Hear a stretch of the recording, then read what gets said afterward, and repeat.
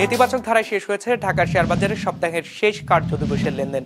সার্বিক সূচক DSEX 5 point কমে দাঁড়িয়েছে 5201-এ। হাত বদল হয়েছে 497 কোটি টাকার শেয়ারের মালিকানা। লেনদেনে অংশ নেওয়া প্রতিষ্ঠানগুলোর মধ্যে দর বেড়েছে 138টির, কমেছে 199টির, আর অপরিবর্তিত রয়েছে 60টির দর। এবার বাজার নিয়ে বিশ্লেষণ শুনবো অ্যালায়েন্স ক্যাপিটাল অ্যাসেট ম্যানেজমেন্টের। আজকে নাসডাক উইকে মার্কেট বিয়ারিশ সেন্টিমেন্টে ক্লোজ হয়েছে। এই উইকের ওপেনিং ইন্ডেক্স ছিল 5226, তবে তাতে 24 পয়েন্টসের একটি কারেকশন হয়, এখন ফাইনালি দাঁড়িয়েছে 5202 পয়েন্টসে। পাশাপাশি সপ্তাহের অ্যাভারেজ টার্নওভার ছিল প্রায় 500 কোটি টাকার মতো, অর্থাৎ ইনভেস্টররা মার্কেটে এখনো যথেষ্ট কমই পার্টিসিপেট করছে। পার্সেন্টেজ ওয়াইজ আজকে প্রাইস বেড়েছে 34% কোম্পানির প্রাইসে, কমেছে 50%, এবং অপরিবর্তিত ছিল প্রায় 16% কোম্পানির প্রাইসে।